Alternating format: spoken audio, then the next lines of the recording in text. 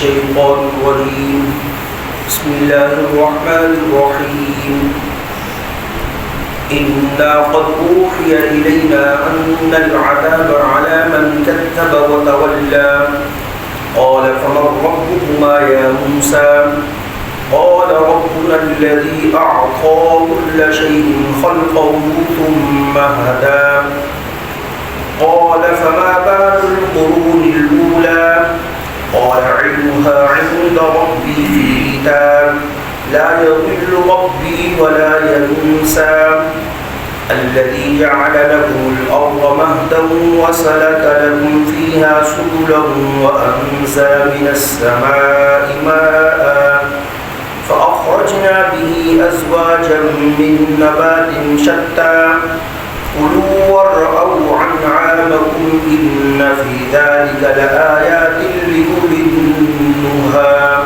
صدق الله العظيم. محترم سامعین، ماقبل کی آیات کے اندر اللہ رب العزت نے سیدنا موسیٰ علیہ السلام اور ہارون علیہ السلام کو حکم فرمایا کہ آپ اور آپ کے بھائی ہارون فرعون کی طرف جائیں، اس لیے وہ سرکشی پہ اتر آیا ہے. آپ نے ان سے نرم گفتگو کرنی ہے. اس کے بعد انہوں نے اللہ رب العزت کی بارگاہ میں عرض کیا کہ اے باری تعالیٰ، ہم فرعون کی سرکشی سے ڈرتے ہیں. اللہ رب العزت نے فرمایا کہ تم دونوں خوف نہ کھاؤ، اس لیے کہ میں سننے والا اور دیکھنے والا ہوں. ان کے پاس جاؤ، جو میں نے تمہیں نشانیاں دی ہیں بطور دلیل کے ان کے سامنے پیش کرنا. جو معجزات اللہ رب العزت نے موسیٰ علیہ السلام کو عطا فرمائے، ان کو بطور دلیل فرعون کے سامنے پیش کرنا اور ان سے کہنا کہ بنی اسرائیل کو ہمارے ساتھ روانہ کر دے. اللہ رب العزت نے یہ بات سیدنا موسیٰ علیہ السلام اور ہارون علیہ السلام کو حکم فرمائی اور فرمایا کہ والسلام علی من اتبع الہدی، سلامتی ہو اس پر من اتبع الہدی جو ہدایت کا پیروکار ہے، ہدایت پر عمل کرنے والا ہے. یہ طریقہ کار تھا غیر مسلموں کو سلام کرنے کا. یعنی حبیب صلی اللہ علیہ وسلم نے بھی جن لوگوں کی طرف خطوط ارسال فرمائے لکھے غیر مسلم حکمرانوں کی طرف، تو اللہ کے نبی صلی اللہ علیہ وسلم نے پہلے اپنا نام لکھنے کے ساتھ فرمایا والسلام علی من اتبع الہدی. پھر آگے خود لکھنا شروع کیا کہ اس پر سلامتی ہو جو کہ ہدایت پر عمل کرنے والا ہے.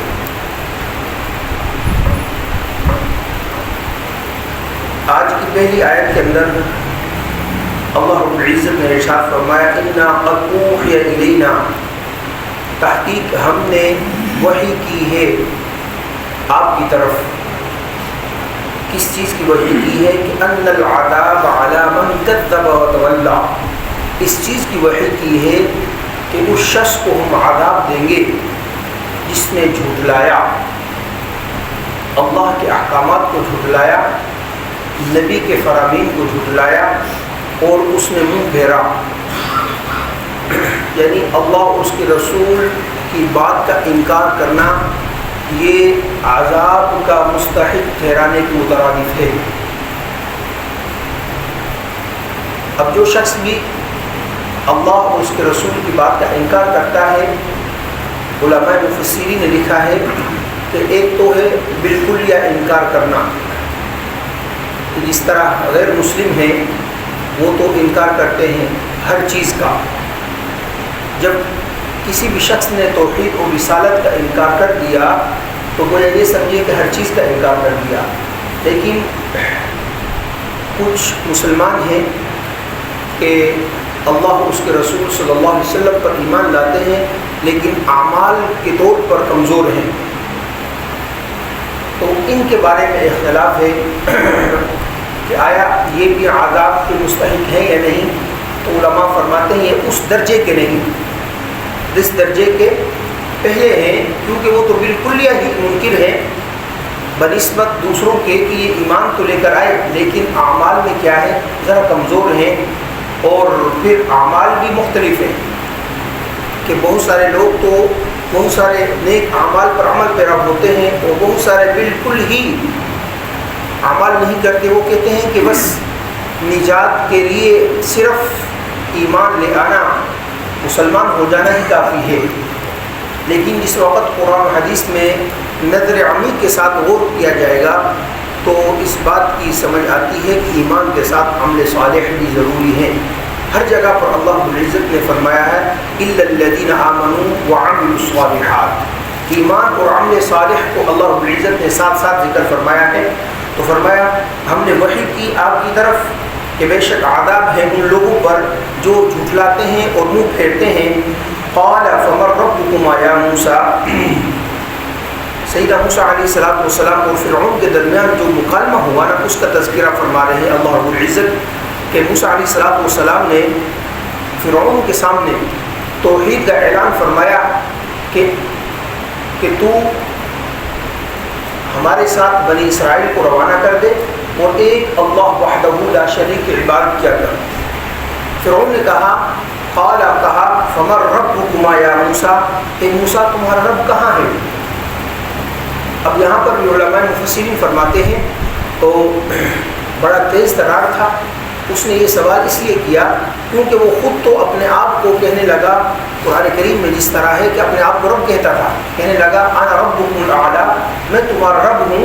اب تمام کے تمام جتنے بھی فرعونی تھے قبطی تھے وہ سارے کے سارے اس کو رب تو مانتے تھے، لیکن کچھ اس میں تھے جو ڈنڈے کے زور کی وجہ سے اس کو رب مانتے تھے، حالانکہ رب تھا نہیں، انسان تھا لیکن ڈنڈے کے زور پر بس اس کا ڈنڈا چلتا تھا، اس لیے نہ چاہتے ہوئے بھی اس کو رب مانتے تھے۔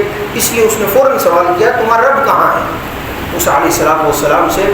اب دیکھیں موسیٰ علیہ السلام نے فرمایا قال ربنا، ہمارا رب وہ ہے الذی اعطى كل شيء خلقه ثم هداه، اللہ اکبر، فرمایا ہمارا رب وہ ہے الذی اعطى كل شيء خلقه، جس نے ہر چیز کو اپنی خلقت پر پیدا فرمایا ہے۔ پہلے انسان اور ہر چیز کا جو ہے نا وہ کیا ہوتا ہے مادہ ہوتا ہے، اس کے بعد آگے سلسلہ شروع ہوتا ہے۔ ہر چیز کو اللہ رب العزت نے اور بہترین شکل و صورت میں جو اللہ رب العزت نے پیدا فرمایا وہ حضرت انسان کو فرمایا لقد خلقنا الانسان فی احسن تقویم۔ تو فرمایا اللہ کی ذات وہ ہے جو حقیقی مصور ہے، وہ رب ہے۔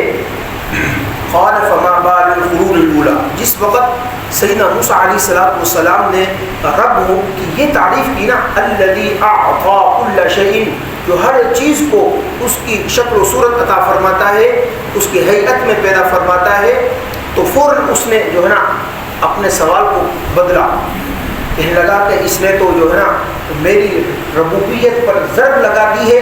تو فوراً اس نے سوال بدلا کہ یہ جتنے بھی میرے سامعین نے سننے والے ہیں، میرے ماننے والے ہیں، یہ تو پھر گئے۔ اس نے فوراً کہا فما بال القرون الاولی، جو ہم سے پہلے لوگ گئے ہیں ان کا کیا حال ہے۔ اب اس کو یہ تھا کہ یہ موسیٰ علیہ السلام کہیں گے کہ وہ تو سارے جتنے بھی تھے غیر مسلم وہ سارے کے سارے جہنم میں ہیں، تو میں یہاں پر مجھے بات کرنے کا موقع مل جائے گا اور موسیٰ علیہ السلام کے سب لوگ خلاف ہو جائیں گے، بھئی یہ ہمارے آباء و اجداد کو جہنمی کہہ رہا ہے، کافر کہہ رہا ہے، ظاہر سی بات ہے کہ کافر تو جہنم میں جائیں گے، تو میں ایک شور برپا کر دوں گا جس کی وجہ سے یہ میرے جو کم از کم مجھے رب ماننے والے ہیں وہ تو بچ جائیں گے نا۔ لیکن سیدنا موسیٰ علیہ السلام نے فرمایا قال علمها عند ربی فی کتاب، مجھ سے کیا پوچھتے ہو، ان کا علم تو میرے رب کے پاس لوح محفوظ میں درج ہے۔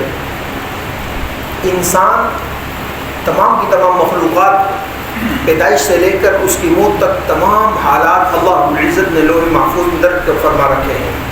فرمایا ان کا جہنمی ہونا جنتی ہونا یہ میرے رب نے لوح محفوظ میں لکھ رکھا ہے، میرے پاس اس کا علم نہیں ہے۔ لا یضل ربی ولا ینسا، اللہ اکبر، رب کی ذات وہ ہے لا یضل ربی، میرا رب نہ بھولتا ہے اور نہ ہی گمراہ ہوتا ہے کسی چیز سے بھی، یہ رب کی تعریف ہے۔ اس کے علاوہ جتنی بھی مخلوقات ہیں، رب کے علاوہ جتنی بھی مخلوقات ہیں وہ تمام کی تمام بھولنے والی ہے، یہاں تک کہ سب سے بڑی ذات اللہ رب العزت کے جو اس کائنات میں ہے اس کا نام ہے محمد صلی اللہ علیہ وسلم۔ اللہ کے نبی صلی اللہ علیہ وسلم بھی بھول جایا کرتے تھے۔ ایک مرتبہ پیارے حبیب صلی اللہ علیہ وسلم نے ظہر کی نماز پڑھائی، ظہر کی نماز پڑھا کر 2 رکعت پڑھا کر سلام پھیر دیا۔ پیچھے کبار صحابہ اکرام موجود ہیں، سیدنا ابو بکر، عمر، عثمان، دیگر تمام کے تمام صحابہ، ہیبت کی وجہ سے جو ہے نا کسی نے سوال نہ کیا۔ حضرت خرباق ایک صحابی ہیں، ان کا نام خرباق تھا اور ان کا لقب ذو الیدین ذو الشمالین تھا۔ انہوں نے تھوڑی سی بات کی، یا رسول اللہ صلی اللہ علیہ وسلم کیا نماز کم کر دی گئی ہے یا آپ بھول گئے ہیں؟ پیارے حبیب صلی اللہ علیہ وسلم فرمایا نہیں، میں نے نماز پوری پڑھائی ہے، نہ کم ہوئی ہے نہ جو ہے نا۔ اب جس وقت انہوں نے جرت کی تھوڑی سی بات کرنے کی تو باقی صحابہ نے عرض کیا یا رسول اللہ نہیں، نماز آپ نے 2 رکعت پڑھائی ہے۔ یہ اس وقت کا واقعہ ہے جس وقت نماز میں کلام سلام جائز تھا، یعنی جس وقت انسان نماز میں سلام بھی کر لیا کرتے تھے، اس کا جواب دے دیا کرتے تھے، بات بھی کر لیا کرتے تھے۔ اب جو صحابی بعد میں آیا ہے نماز پڑھنے کے لیے، جو 2ری 3ری رکعت میں شامل ہوا ہے، وہ اپنے ساتھ والے سے پوچھ لیا کرتے بھائی کون سی رکعت میں چل رہی ہے، تو بتلا دیا کرتے 2ری رکعت چل رہی ہے، 3ری چل رہی ہے۔ یہ اس وقت کا واقعہ ہے۔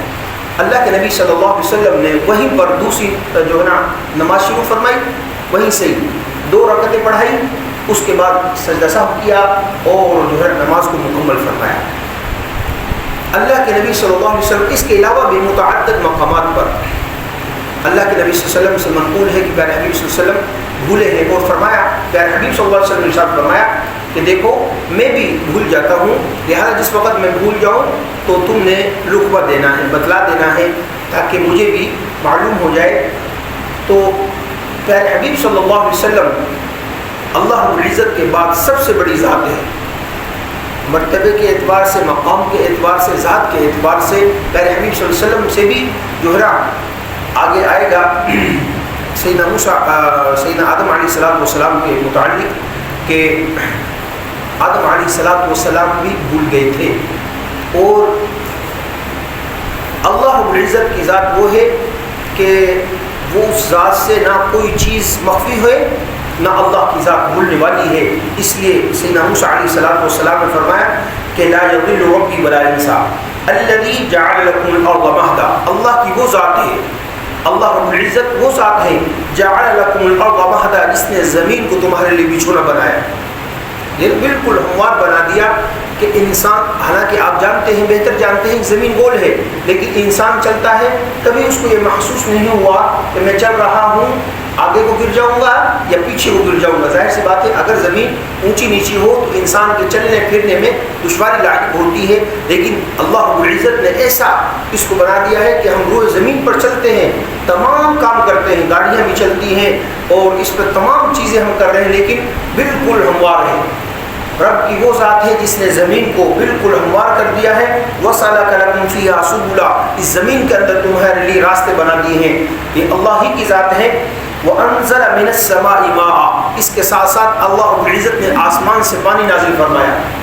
اب جس وقت یہ توحید فرعون کے سامنے موسیٰ علیہ السلام بیان کی نا، اب موسیٰ جو ہے فرعون کیا ہو گیا، موسیٰ علیہ السلام اس بات کے سامنے، توحید کے سامنے خاموش ہو گیا کہ اس نے کیسی باتیں کر دی ہیں۔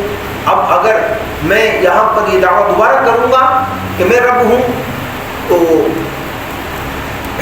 علماء مفسرین فرماتے ہیں، بعض تو فرماتے ہیں یہ دہریہ تھا۔ دہریہ ان لوگوں کو کہتے ہیں جو رب کو بھی نہیں مانتے، جس طرح آج چائنا اور جاپان میں اور دیگر ممالک میں، روس میں بہت زیادہ لوگ اس طرح ہیں جو خدا کو بھی نہیں مانتے، جو اللہ کو بھی نہیں مانتے، بس ان کا یہ نظریہ ہے کہ یہ زمین اور یہ کائنات خود بخود وجود میں آئی، ایک دن ایک دھماکہ ہوگا، دھماکے جو ہے نا شکل میں وجود میں آئی، دھماکہ ہوگا، یہ نظام ختم ہو جائے گا بس۔ کوئی اس کا پیدا کرنے والا نہیں ہے، خود بخود یہ نظام چل رہا ہے. صبح سورج نکلتا ہے، شام کو غروب ہو جاتا ہے، چاند نکلتا ہے، ختم ہو جاتا ہے. اس تارے سیارے ان کا بس یہ جو ہے نا وہ دماغ ہے. لیکن ایسی بات نہیں، اتنا عقل اور شعور نہیں کہ ان کو کہ ہم نے ہمارے بنائے جو عقل کے مطابق ہم نے جو کار بنا دی، جو بائک بنا دی، دیگر چیزیں بنا دی، وہ خود بخود وجود میں نہیں آئی. چھوٹی سی چیز جو ہم نے بنائی ہے وہ اس میں ہماری محنت ہے، ہماری عقل شامل ہے، ہماری محنت شامل ہے. جب دنیا کی چھوٹی سے چھوٹی چیز خود بخود وجود میں نہیں آئی تو اتنا بڑا نظام یہ کائنات کس طرح خود بخود وجود میں آ سکتا ہے؟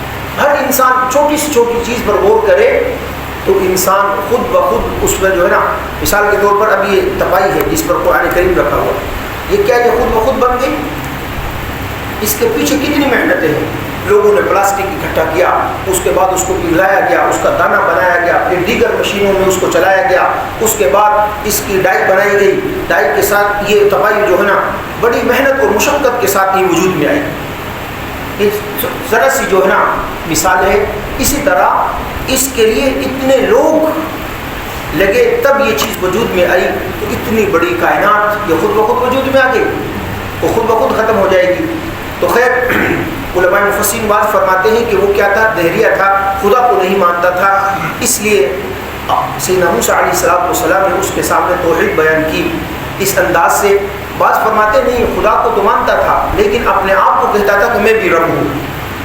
جس طرح جو ہے نا قادیانی یا اسی طرح مسلمہ کذاب وہ اپنے آپ کو رسول مانتے تھے، محمد صلی اللہ علیہ وسلم کو بھی رسول مانتے تھے. ایسی بات نہیں پیارے حبیب صلی اللہ علیہ وسلم کی نبوت کا انکار کرتے تھے، ہرگز ایسی بات نہیں.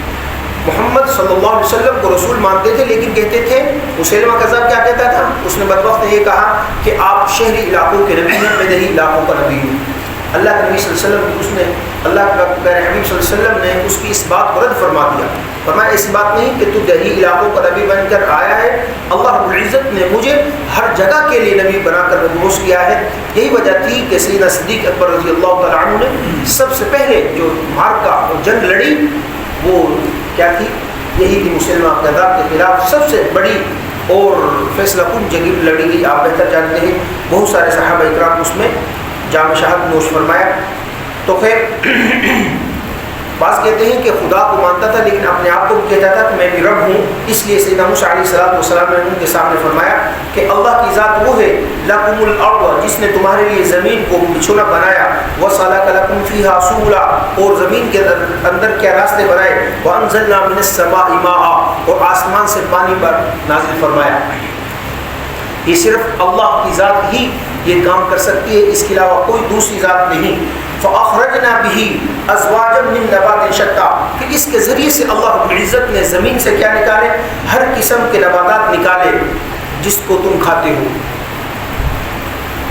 زمین سے پانی، آسمان سے پانی نازل ہوتا ہے اور اس کے بعد زمین پھر کیا غلہ، اناج، دیگر تمام کی تمام چیزیں نکالتی ہے. کلو تم کھاتے ہو اس کو کھاؤ، وَرْعَوْا أَنْعَامَكُمْ اور اپنے چوپایوں کو. دیکھ اللہ کا نظام. اللہ اکبر. استاد محترم فرمانے لگے کہ ہمارا جو ہے نا وہ کشمیر کے رہنے والے تھے، دیکھیں اللہ رب العزت نے آسمانوں سے پانی نازل فرمایا، اس کے ذریعے پھر کیا زمین سے انسانوں کے لیے بھی اناج اگائے، غلہ اگایا، ترکاریاں اگائی اور جانور چوپایوں کے لیے بھی وہاں سے جو ہے نا سبزہ اگایا. فرمایا کہ ہمیں بچپنے میں ہمارے والدین کہتے کہ ان گائے بھینسوں کو چرانے کے لیے جاؤ، کہتے وہاں پر لے کر جاتے تو وہ گائے جانور ہونے کے باوجود سبزہ چارہ نہیں کھاتے تھے. ہم نے والدین سے پوچھا یہ کیا ماجرا ہے، یہ سبزہ چارہ کیوں نہیں کھاتے؟ انہوں نے کہا کہ دیکھو اچھا جس وقت یہ چارہ سوکھ جاتا تب وہ کھانے لگ جاتے، سبزے کو نہیں کھاتے، خشک ہو جاتے تو کھاتے. تو والدین نے فرمایا، ان سے کہا کہ دیکھو یہ ایسا چارہ ہے، اگر یہ سبزے کو کھائیں گے اس کے اندر جو ہے نا ایسے مادے ہیں جو اس کے لیے نقصان دہ ہیں. جانور کھائیں گے تو ان کے لیے نقصان دہ ہیں، لیکن جس وقت یہ چارہ سوکھ جاتا ہے نا اللہ کا نظام ہے اس سے وہ فاسد مادے ختم ہو جاتے ہیں، تب یہ کھاتے ہیں، ان کے لیے بھی نقصان نہیں ہوتا. اس عقل اور شعور کو کس نے پیدا کیا ان کے اندر؟ اللہ رب العزت کی ذات ہے.